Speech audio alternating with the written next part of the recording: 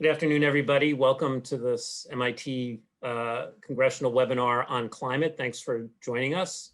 We have three experts from MIT today from a variety of fields. You already know their bios, so I won't take time on that. I'm David Goldston of MIT's Washington office.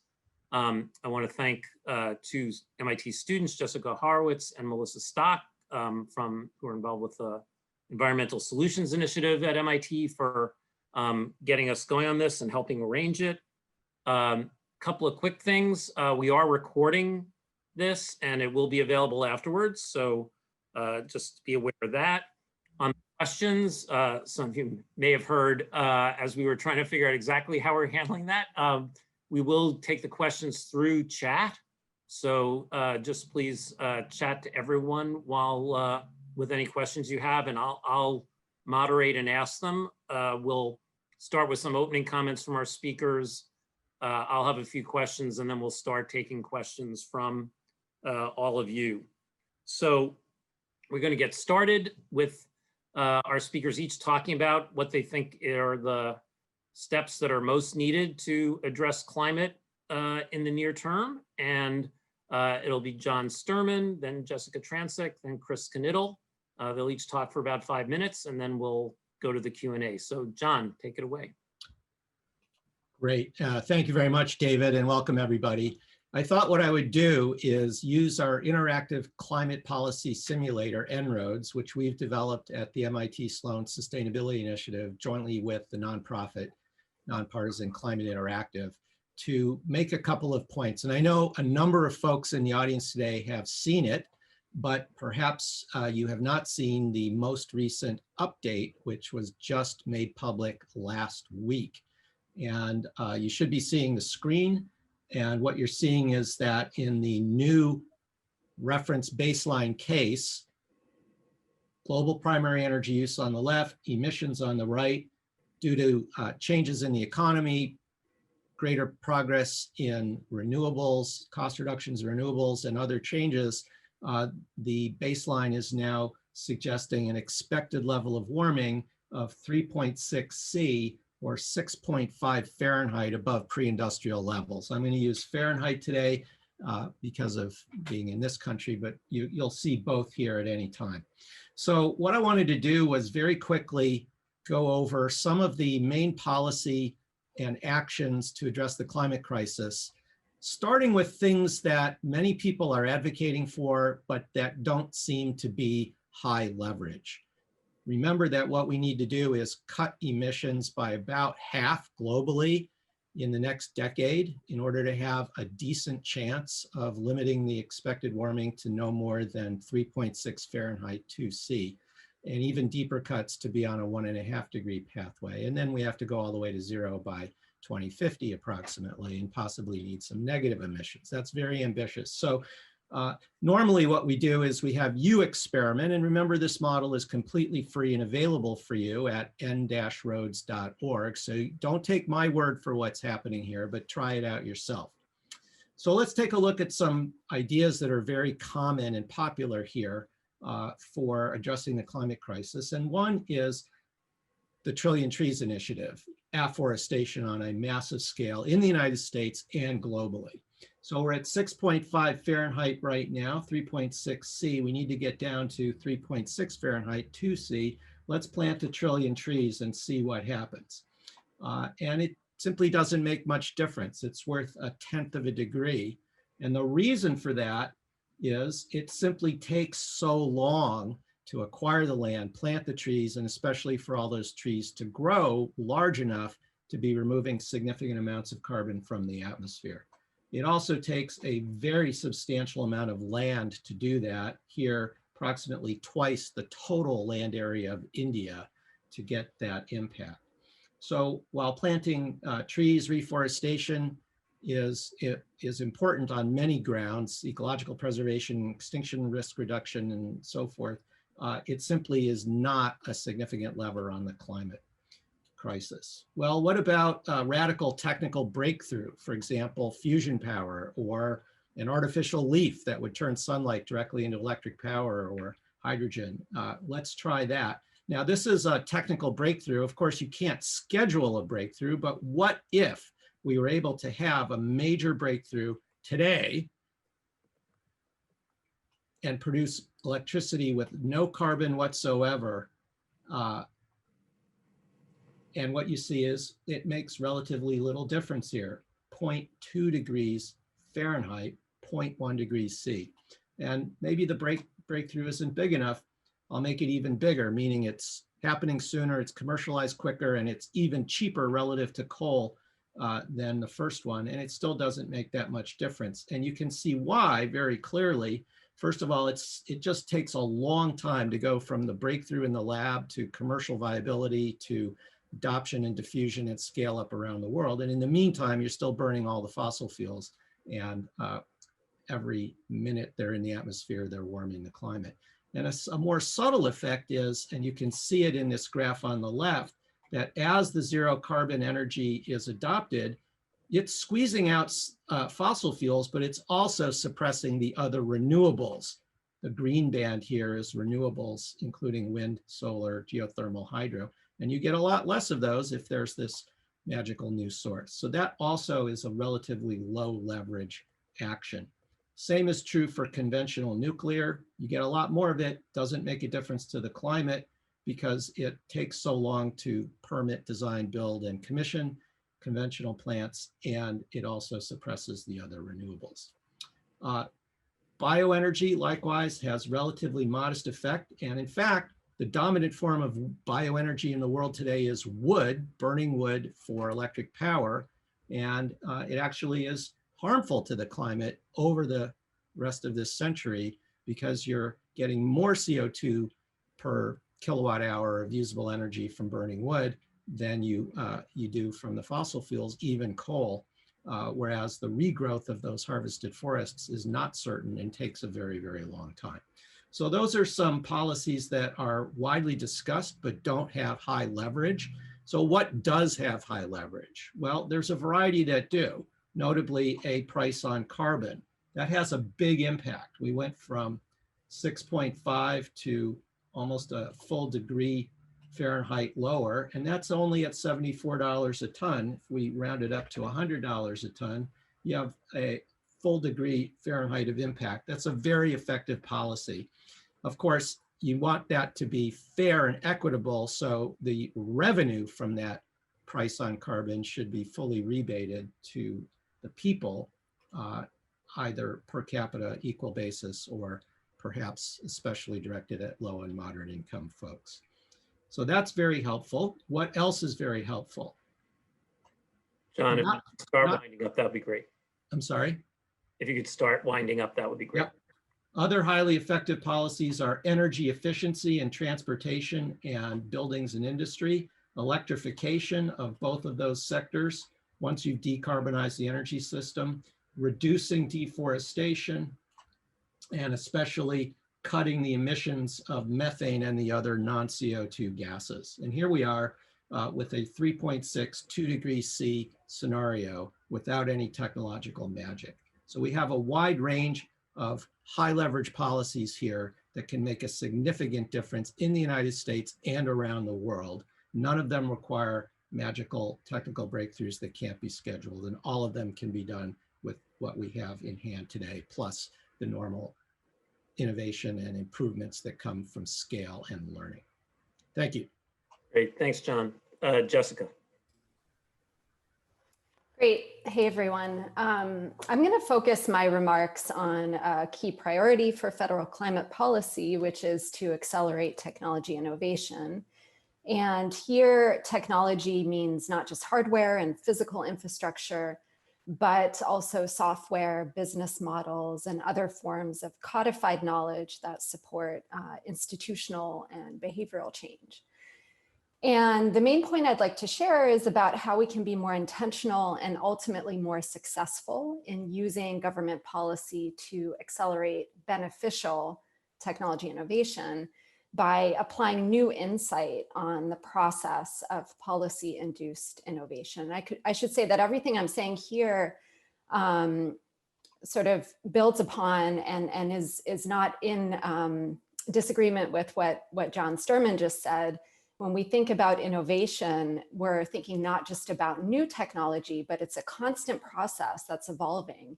So whatever carbon price and suite of other policies that are there, the more we can accelerate that process of beneficial technology innovation, the faster the emissions reductions and other benefits can sort of accumulate. And so that it's really important to, think about this process of technology innovation. It's one of our highest leverage actions policy actions that can be taken. Okay, so how does the process of policy-induced technological innovation work? And how do we shape it toward greater benefit? This is really what I've been looking at in my research over 2 decades, and I've gone deep under the hood of technology innovation to understand the process at several interacting levels, including the level of devices, the physics and the engineering, company strategy, and emergent phenomena like economies of scale, and the role of government policy. And this has led to some useful policy insight. So let's look at the case of solar energy costs, which have fallen by 99% over the last 4 decades. In a recent paper, we asked, what was the role of government policy, and specifically 2 different types, funding for research and policies that stimulated market expansion? What we learned was that these 2 types were both pivotal. We estimate that 30% of the cost decline in solar energy was stimulated by government funding for research, and about 60% by market expansion policies around the world. And these are things like feed-in tariffs, renewable portfolio standards. They could be carbon prices in the future. One important conclusion is that it's very unlikely that research funding alone would have brought about the same results. So market expansion policies jump-started this massive process of competition and innovation in private industry. Policy and industrial innovation activity in the private sector went hand in hand. So looking forward, this process can be repeated and improved upon for faster progress, but it's not going to happen on its own. We need to tailor policy nudges to characteristics of technologies and stages in technological development. So let's take another example of nuclear fission. Here, the trends in costs are in the opposite direction. US nuclear costs have been increasing. And when we apply that same mechanistic modeling approach, we uncover different priorities than for solar energy. These are the priorities in this case are for research, development, and field demonstrations of designs that move more of the construction process into manufacturing plants and thereby address these ballooning construction costs. Now, when we look at battery technologies, we learn about key research funding priorities to avoid premature technology lock-in and ensure scalable materials, and different tailored insights emerge for how to nudge forward innovation for many other technologies. Now, importantly, nudging the innovation process forward with policy means defining that word forward. For this, we need metrics to measure progress in individual technologies against energy system-wide goals. And this can help unleash a competitive process toward a common goal. So many different efforts all working toward this, a common goal. And when we look at electric vehicles, for example, just to take one example, we learn how to measure charging station rollout strategies against people's needs, or for grid scale storage, we learn how much costs have to fall to enable further renewables integration without increased electricity costs. Critically, through measuring progress, we must track measuring progress rather means tracking the distribution of impacts on communities. And we really have to and can do better in accelerating innovation that equitably benefits and involves communities while growing high quality and sustained jobs and local economic growth opportunities, supporting these growth opportunities. So the new mechanistic insight on innovation that I described allows us to intentionally support these beneficial outcomes that go far beyond simply reducing the cost of low carbon technology. So to summarize, a key priority for federal climate policy, in my view, is to be more intentional in finding the right nudges to accelerate innovation, shape it toward beneficial outcomes, We need to support portfolios that are diverse enough to manage uncertainty rather about the future, but not so diverse as to slow progress. And I'll go through some specific examples of, maybe if we have time, David, of government initiatives, but some of them involve, I can go through this a little bit later, but some of them involve supporting energy services as a whole, not just looking at electricity, transport, industry, and heating sectors in silos, changing institutional structures to allow cross-agency cooperation, and then systematically supporting community involvement in the innovation process. This is all very doable, I believe, and really there's two reasons why I have this optimism. First, we have several low carbon technologies that have entered these virtuous cycles in the marketplace, including solar energy, wind energy, and batteries. And second, we have new knowledge of the process of policy-induced technology innovation that can allow us to be more intentional and ultimately more successful. So thank you. Thanks, Jessica. Appreciate the remarks. Just a reminder to everybody, feel free at any point to start putting questions in the chat, and we'll start taking them after I give some questions to our speakers. Chris. Great, thanks, David. And thanks for everyone who are attending, and good afternoon. So I wanted to actually key in on something that Jessica was talking about, which is an equitable transition. And first, a bit of a plug of a large-scale research project going on at MIT right now. And this is led by Ernie Moniz, and we've called it the Roosevelt Project. And this is a joint initiative between MIT, CEPR, the Center for Energy and Environmental Policy Research, and Harvard. And actually the goal of this research project is to understand how we can transition to a low carbon economy in a way that produces high quality jobs, minimizes worker and community dislocations, especially among at-risk communities, and really harnesses the benefits of these new energy technologies in a way that can actually spur regional economic development. And I'm going to focus my 5 minutes on two maps that I generated as part of this Roosevelt project that I believe is both a challenge and an opportunity for climate change policy. So before I show you my maps, I just want to say that the Roosevelt Project is split into two phases. The first phase, we wrote roughly 9 white papers that really take both a retroactive and a prospective stock of what transitions we successfully navigated in the past, what will be required to navigate successfully this new transition in the future. I put the website there where you can freely download these white papers to understand what we've done. And we're now in the second phase where we're in 4 communities, actively working with the communities and policymakers inside those communities to pilot and test different ways to speed up the transition, and also transition in a way that, like I said, can safeguard those at-risk communities. So please come back to that website in about 6 months to a year to understand the lessons that we've learned there. So as part of this project, I created, along with Thomas Green, who is a former graduate student at MIT, the 2 maps that I'm going to show. And this first map is the average carbon footprint for every census tract in the US. And there's about 72,000 census tracts. So this is a very granular scale to really understand carbon footprints and how they're distributed around the US.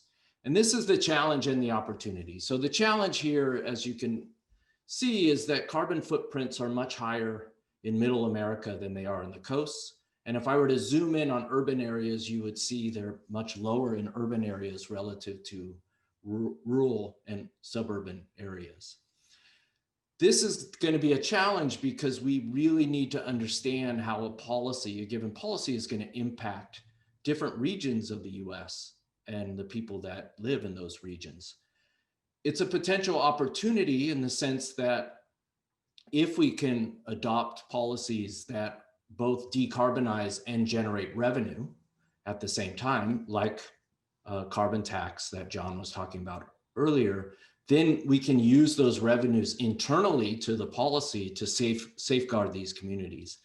And what we work out in the paper is ways to design a cap and dividend plan that keeps the money inside of different regions in the US. So you're not sending money out from middle America to the coast and from rural communities into the cities, which I think would be a devastating and probably death blow to a particular policy. The next thing I want to mention and show is a map of what electricity specific carbon footprints look like. So if you look at just the electricity side of the total carbon footprint that I showed you before, I think the challenge is even tougher here. And the one thing that I'll mention is many of the policies that we tend to rely on, or at least potentially advocate for at a national scale, might actually lead to a lot of money flowing out of those rural communities and middle America into the coast. So just imagine, for example, a clean energy standard or a renewable portfolio standard that's nationwide. If you don't design that correctly, then what you're effectively going to be doing is taxing all of the red and purple areas on this map and subsidizing all the green, yellow, and blue areas. And again, that seems to me, as an amateur political scientist, a policy that will have a number of negative ramifications, either before it's adopted or after it's adopted. So I think we need to be smart. We need to think about policies that can generate the revenue to undo the negative effects of carbon policy. I think we are fooling ourselves if we think that this is a free lunch for everybody, so that we really do need to be thoughtful about which policies we adopt and the specifics of those policies. And I look forward to working with anyone on the call today to design policies to safeguard those at-risk communities. And with that, I'll turn it back over to David. Thanks. Thanks, Chris. Before I get to some general questions, the one question in the chat is specifically on the map. So when I turn to that immediately, the person's asking, why would upstate New York, which is relatively rural and cold, have such a low carbon footprint? Yeah, so that's partly because their electricity is very clean.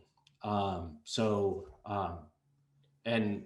also just there's two effects, not only the carbon intensity of the fuel or product you're using, but also how much you're using. So they have relatively clean electricity, and they're not consuming a ton of, and even though they're using propane and natural gas for heating, on the electricity side, they're not consuming a lot of electricity as well. Great, thanks. So let me start with a general question to all of you, and this came up a little bit already in several of the presentations, but about the nature of where we are on technology. So to what extent is getting where we need to go to meet the Paris targets a matter of scaling up existing technology, and what are the main barriers to that? And to what extent is it we actually need technologies that we don't have now, say better energy storage, for example? So Jessica, why don't I start with you, and then we'll talk to Yeah, sure. Great, thanks for the question.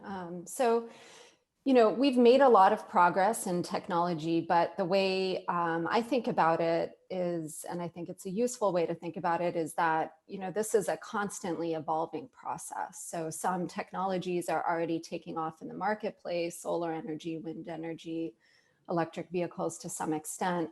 Others are much further from that point. And in some cases, for these more difficult to decarbonize energy services, or at least currently more difficult, you know, like certain processes in industry, air transport, other kinds of long haul transportation, there we need more, you know, kind of, we're starting with R&D, so research funding, and, you know, trying to the idea would be to fast track that. So maybe I can get into a little bit of specifics, but really, David, the way I think about how we can approach this question is that we are actually, you know, we know a lot more now, right? So I talked about how we can find those effective nudges for individual technologies.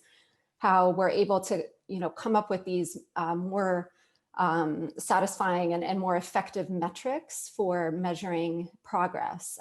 So we can think about slotting this into an energy transition map with innovation goals and sort of portfolios of policies and technologies in the immediate, medium, and longer term. And so, but some of the areas that I think maybe aren't discussed as much, and this audience may or may not know, but that I feel like I should mention some specific opportunities, are in two, I'm going to split them up into two categories of technology: in non-hardware technology, or what I call soft technology. That's often overlooked, and then I'll talk about some hardware or physical technologies that I think need to be focused on. So in soft technology, some of the key opportunities, and this includes software, business models, new approaches to institutional design. Some of the key opportunities are in new business models for electrification and heating and transportation, for electric vehicle charging and vehicle sharing. And it's important here that we think about equitable access. I think that's really critical. It's not the direction that I see us going in right now, and we can do it. Also, smart and secure algorithms to avoid privacy risks and stressing the electric power grid. In general, artificial intelligence could push us off the track of emissions reductions and some of these other goals that we are talking about, or it could be a hugely powerful tool, but it really needs to be managed and shaped toward beneficial outcomes. New kinds of demand management, there's a lot of talk about long duration energy storage, but there's another kind of energy storage which doesn't involve any physical technology at all, which is about shifting demand in time and space. I see a lot of promise there. And, better ways, business models and ways of providing access to solar energy systems and other clean energy services in many communities that do not have access currently. And then finally, this idea of institutional design to bring in community involvement. And I could talk, I don't want to take too much more time, but just in terms of hardware and physical technologies, it is true, we need to work on low cost, ultra long duration storage, new battery chemistries and materials, low carbon fuels like hydrogen and ammonia. I think the recent House report rightly pointed out that this could potentially provide a number of different energy services, but we don't yet know whether it's going to be feasible. We need to look at that. And even tailored biofuels for certain applications, but there we need more sophisticated metrics to measure the environmental and social impacts. So those are some specific examples. I want to go, John, in a second, but can you just say a word about AI throwing things off the track? I assume that's because of the electricity use required for AI. Is that what you're thinking there? Yeah, or just, if certain segments of the population, especially, and it would tend to be more wealthy currently, would be able to spend much more time kind of moving around in their vehicles and with less of a cost to their own personal time. First of all, that's a problem because it's a hugely inequitable outcome, but it also would increase energy consumption. That's just one example, but I could go on for like an hour. And on the other hand, I do think it's very much possible to shape this in a beneficial outcome for the climate, but we need to get moving on that now, in my view. Great, thanks. John, what about you? What's your thinking in terms of scaling and need for new technologies? And also how does En-ROADS sort of handle that question of sort of technologies that don't exist yet, but need to? Yeah, so thanks. And Jessika did a great job describing some of the opportunities to take technologies we already have today and improve them further and deploy them at greater scale. I think the point that I'd like to make is, first of all, we already have essentially all the technologies we need. Further improvement is of course welcome, but we don't need to throw any Hail Marys, put all our resources into some exotic technological breakthrough. That's actually a huge distraction. So for example, the greatest potential impact to reduce emissions and at the same time create jobs, improve our health, create community resilience, and foster economic and community justice is energy efficiency. It is by far the fastest, safest, cheapest way to lower our emissions.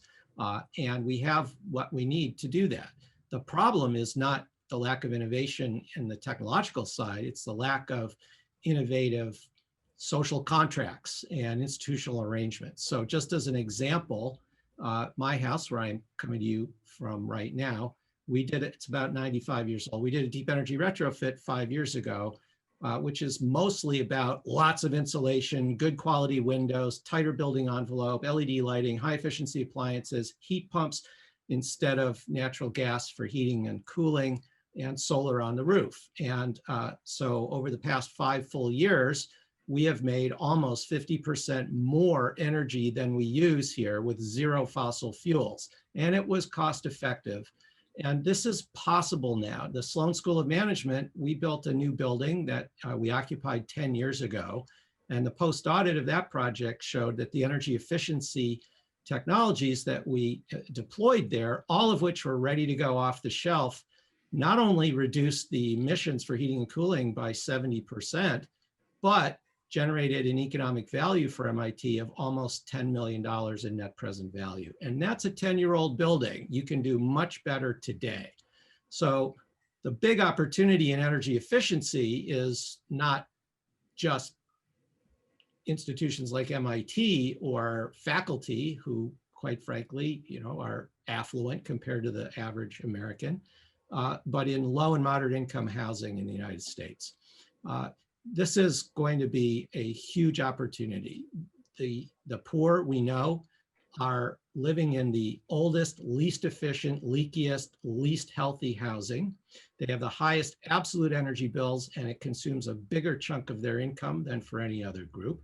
And they don't have the capital or funds to make the upgrades, and their landlords, the building owners, aren't willing to do it. This is a solvable problem. There's already private businesses cropping up to do it, and it creates an enormous potential to not only cut emissions, but to do so in a way that generates a lot of economic and social value. So energy efficiency is the #1 thing we ought to do while we're decarbonizing the electric grid and dealing with the problems that Chris's maps so clearly illustrated.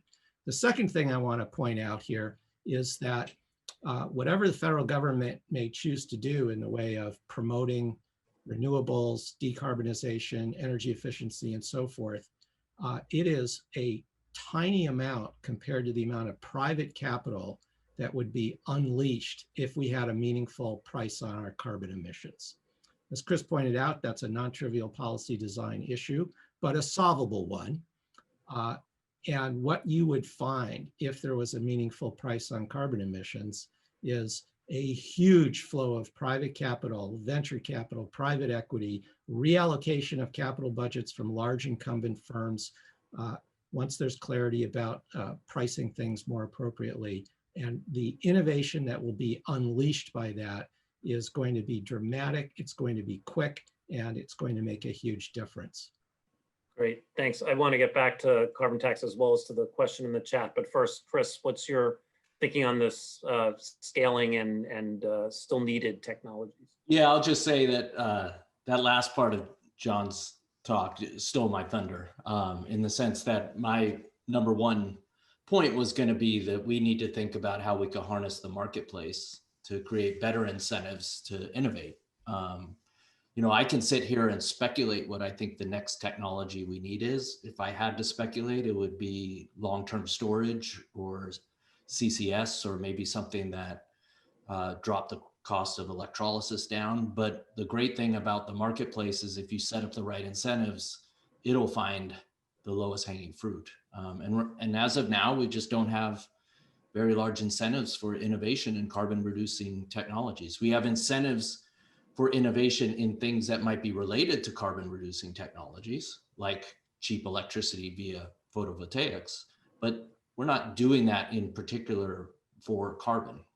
So really, and this is why webinars like this are great, what we need is policy at the federal and state level that can harness the marketplace and find the best technologies or the holes in the technologies that we need for meeting Paris or even more aggressive commitments. Great. Well, like I said, I'm going to come back on a question on carbon tax in a moment, but we've got a question in the chat about the usefulness of energy efficiency in terms of making an impact in the developing world. What's the thinking on that? John, do you want, as the prophet of energy efficiency, do you want to start on that? Sure. Well, so there's no question that folks in the developing world have so far contributed the least to the climate crisis and are going to suffer the most from its harms. It seems to me that the duty, obligation, and opportunity of the affluent, the developed countries, is to provide the technology, the resources, the assistance to enable those countries to leapfrog the fossil economy that they're trying to build, but haven't built out to a full extent yet, and jump straight to a clean, green, sustainable economy. In the same way that in Africa, they never built out landline telephony and instead jumped straight to mobile. And oh, by the way, we're able to innovate with mobile in ways that weren't happening in the developed world, M-Pesa, mobile money being a great example of that. So this is absolutely doable. And as we do it, what we're going to find is it's helping us, we in the developed world and in the United States, by reducing the migration, the forced climate migration, the drought, crop failures, and other harms from climate change that are going to not only affect everybody in Africa, Latin America, South Asia, but hurt us also and benefit our economy and our national security. David, if I could add just Chris. And this is a point where John and I might disagree on, but that's okay. The world has about 100 years worth of coal available to it. One of the things that keeps me up at night is, will the world, not just the US, but the world, leave that coal in the ground?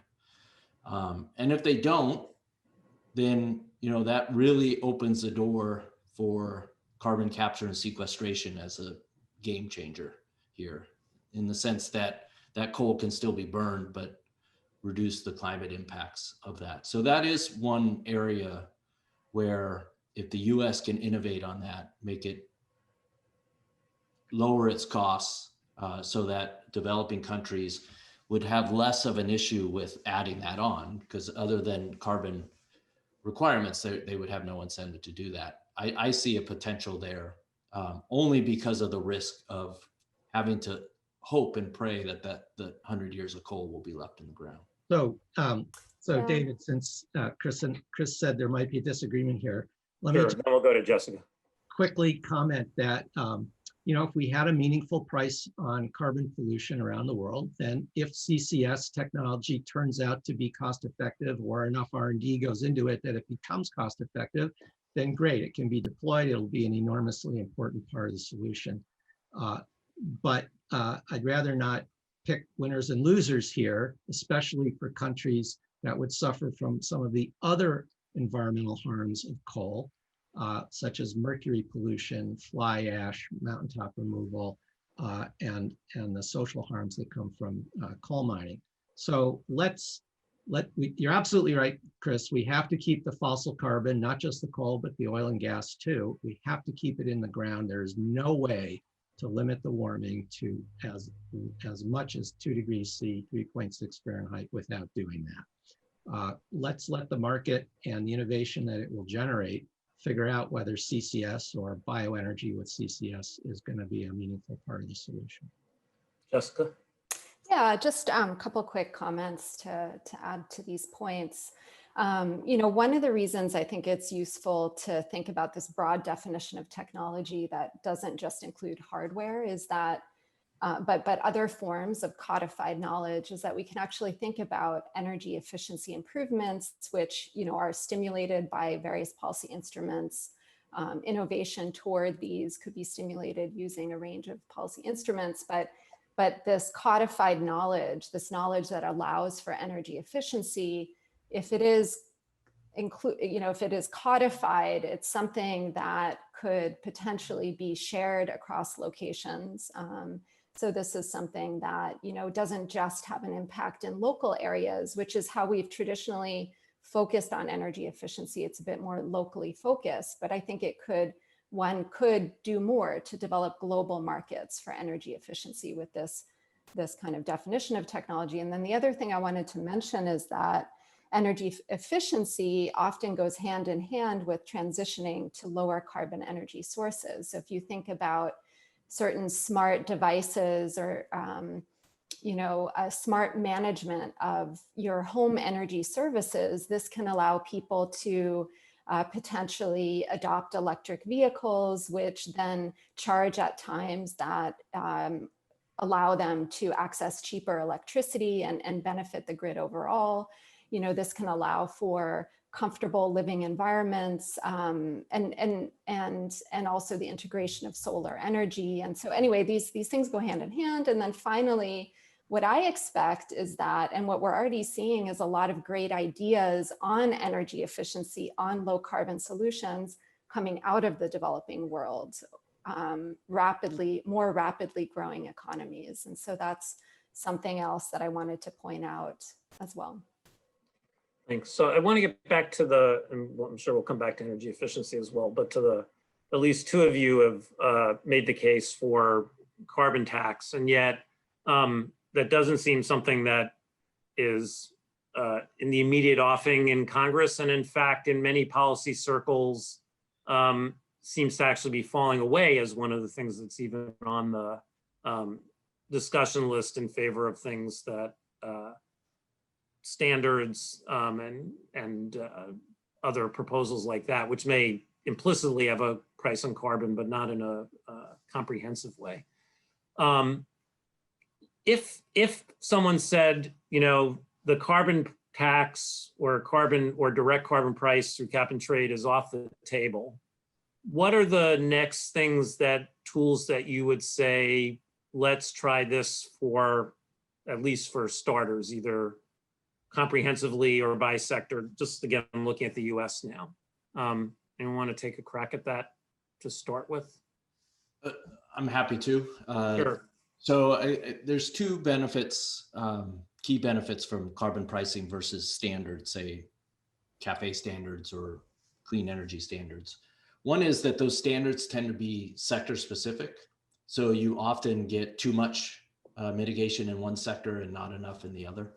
And then the other is that they tend to actually artificially depress the price for either of those. So you just do too much consumption of electricity or driving.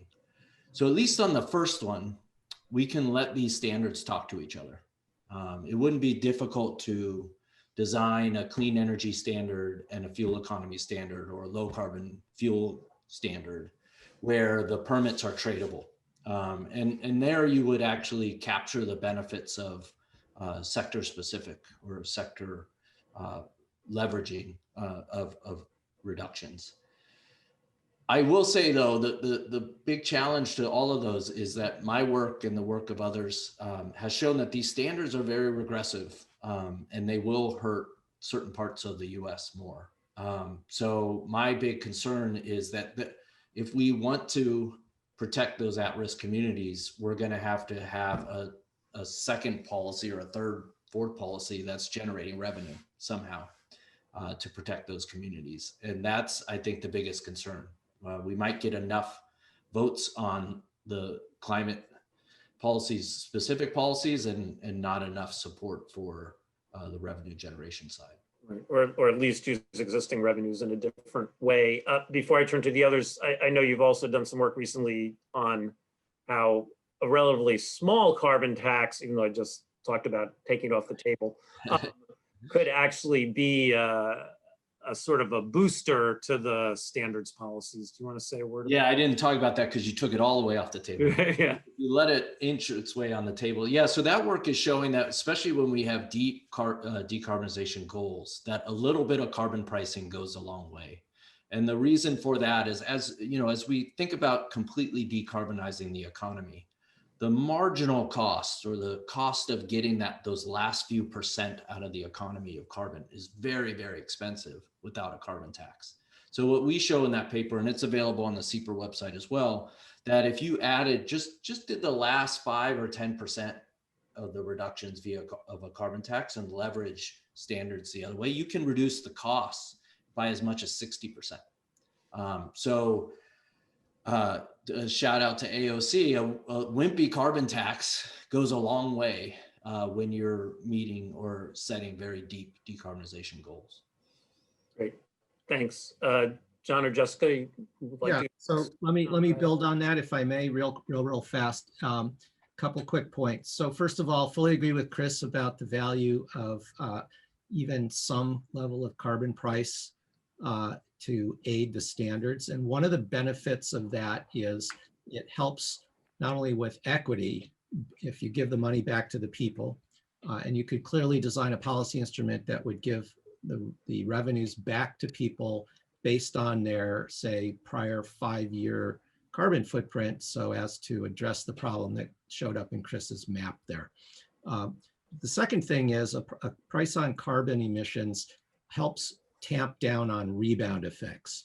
If people drive more efficient cars because you've mandated it, they've got more money in their pocket. And the research shows that they're going to drive a little more, not that much, but they're also going to spend that money, and that drives a rebound effect in emissions that undoes a lot of the benefits. So whatever policy mix we've got, we have to take steps to mitigate the potential rebound effect, or we go to a lot of trouble without really addressing the fundamental problem. There's a lot more to say about this, but I hope we can get to some questions from folks. So let me leave it there. Yes, and just want to again encourage people to put questions in the chat. As you can tell from the ones we've gotten, we will get to them right away. Jessica, thoughts on this? Yeah, so yeah, I mean, I basically the way I think about it is that we need some sort of control or policy that addresses emissions directly. And this is carbon dioxide, it's other greenhouse gases as well, methane leaks, that's critical. And then also you need those instruments that support innovation and kind of come in and support kind of that whole process from research to development, demonstration, and deployment. So like these are the needs, and we don't live in a perfect world, so we have to work with what is possible. And there are different ways to go about it. And then the third major need is this one that Chris has talked about, which is, the uneven and unfair impacts of these policies. That is also needed. And as was mentioned, these can be addressed in different ways. It can become quite complicated, but yet I think we can do it even if we're limited in what policy instruments we're able to adopt. Let me turn, and again, encourage questions from the audience, but let me turn back to the international issues for a moment. US will presumably be rejoining Paris. Even with Paris, there's both a concern about the extent to which countries are meeting their targets and the extent to which the targets are adequate to begin with. There's been some short-term gains because of the economic impact of COVID. How would you assess where things stand internationally in terms of reaching targets and the kinds of steps that are needed, and where COVID fits in on that? John, do you want to start on that?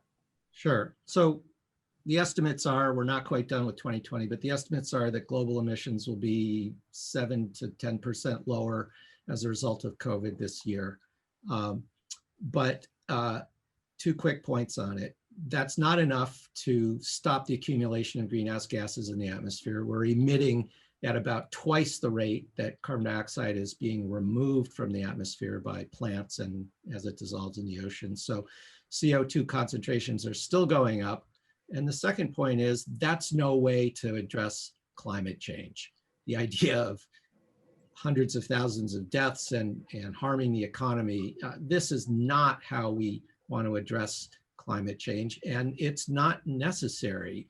The technologies we have in hand today, especially efficiency, but also in the renewables and the soft and hard technologies Jessica pointed to, these are deployable today. They save money, they create jobs, they improve our health, and what we need to do is use the pandemic as the opportunity to rebuild our economy faster, safer, and get us on that pathway to be consistent with the Paris targets. No nation on earth is consistent with their Paris promise right now, and even full compliance with Paris would not get us on that pathway.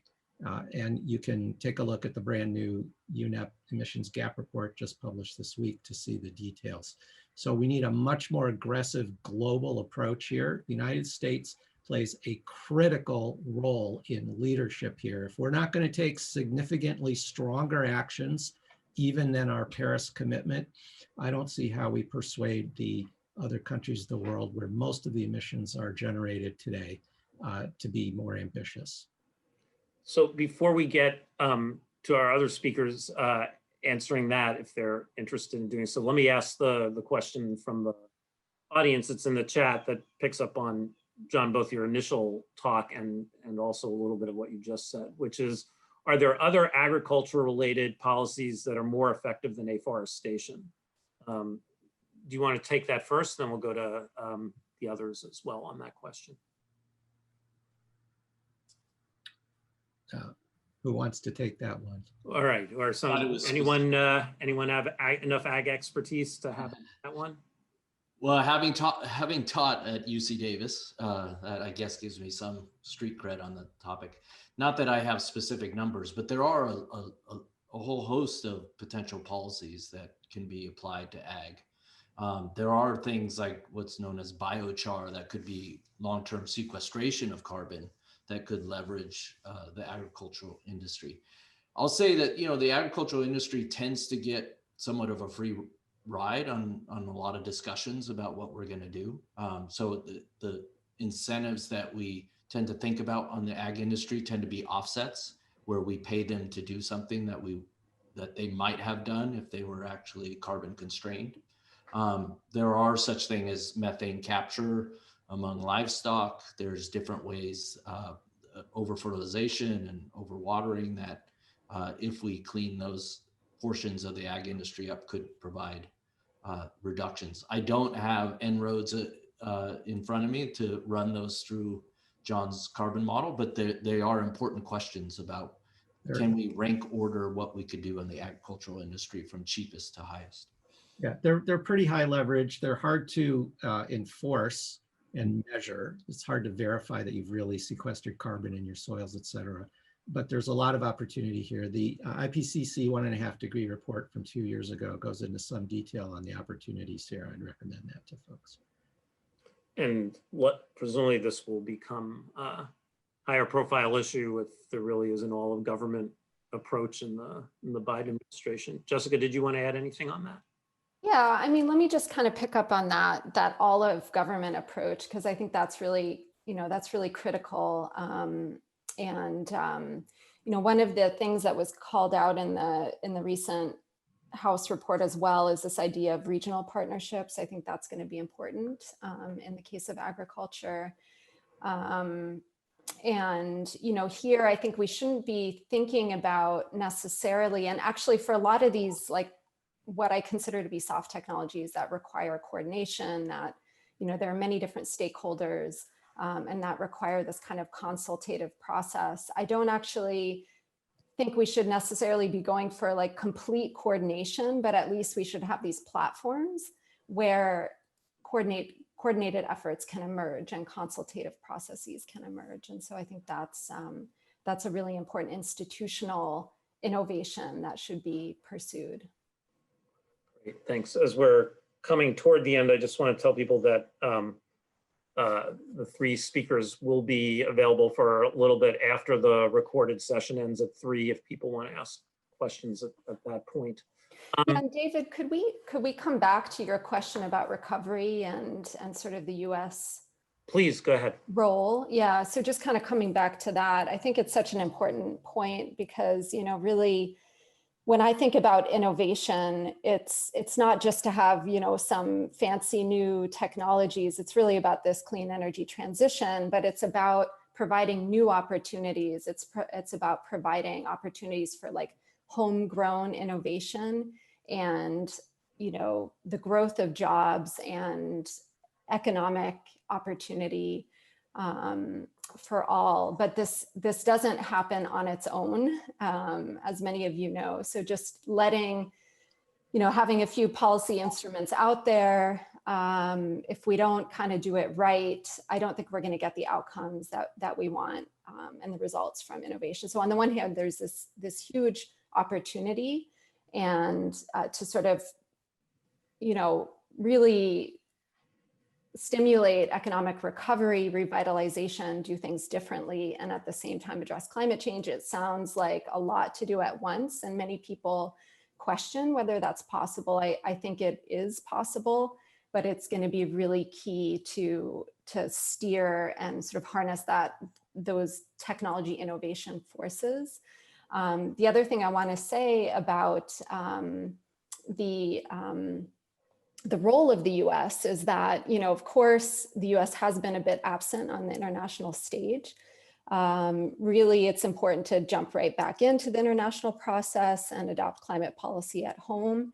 But things haven't stopped internationally. I think the opportunity for the US is to sort of get back in, move markets forward, have access to these markets. And that's also going to, the US does still have this unparalleled capacity for technology innovation. And so, the US getting back in, I think, will act to encourage other countries to increase their ambition. So I don't think it's too late. There's still this opportunity to really get back in, to boost American competitiveness in that way, encourage recovery. But we have to find those right instruments and kind of nudges for the marketplace to do that. Yeah, and I was going to fill in on the policy side. I think the U.S. is uniquely positioned to move the world, not only because we're the largest economy in the world and we have the most emissions up in the atmosphere, so there's a moral obligation to try to move the world, but we also import the most in the world. So we can move other policy by putting a carbon tax adjustment at the border if we had our own set of strong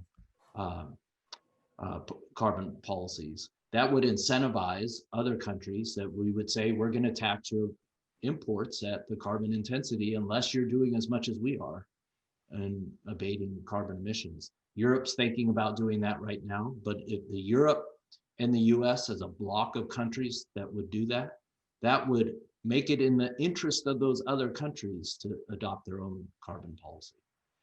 So thanks for adding that. That one last question that maybe someone can answer in a minute or so. We've got a question about what people think about the idea of creating an ARPA-C, an ARPA focused on climate, as there's been an ARPA-E and IARPA and some of the other DARPA spinoffs. I think we only have time for probably one person to.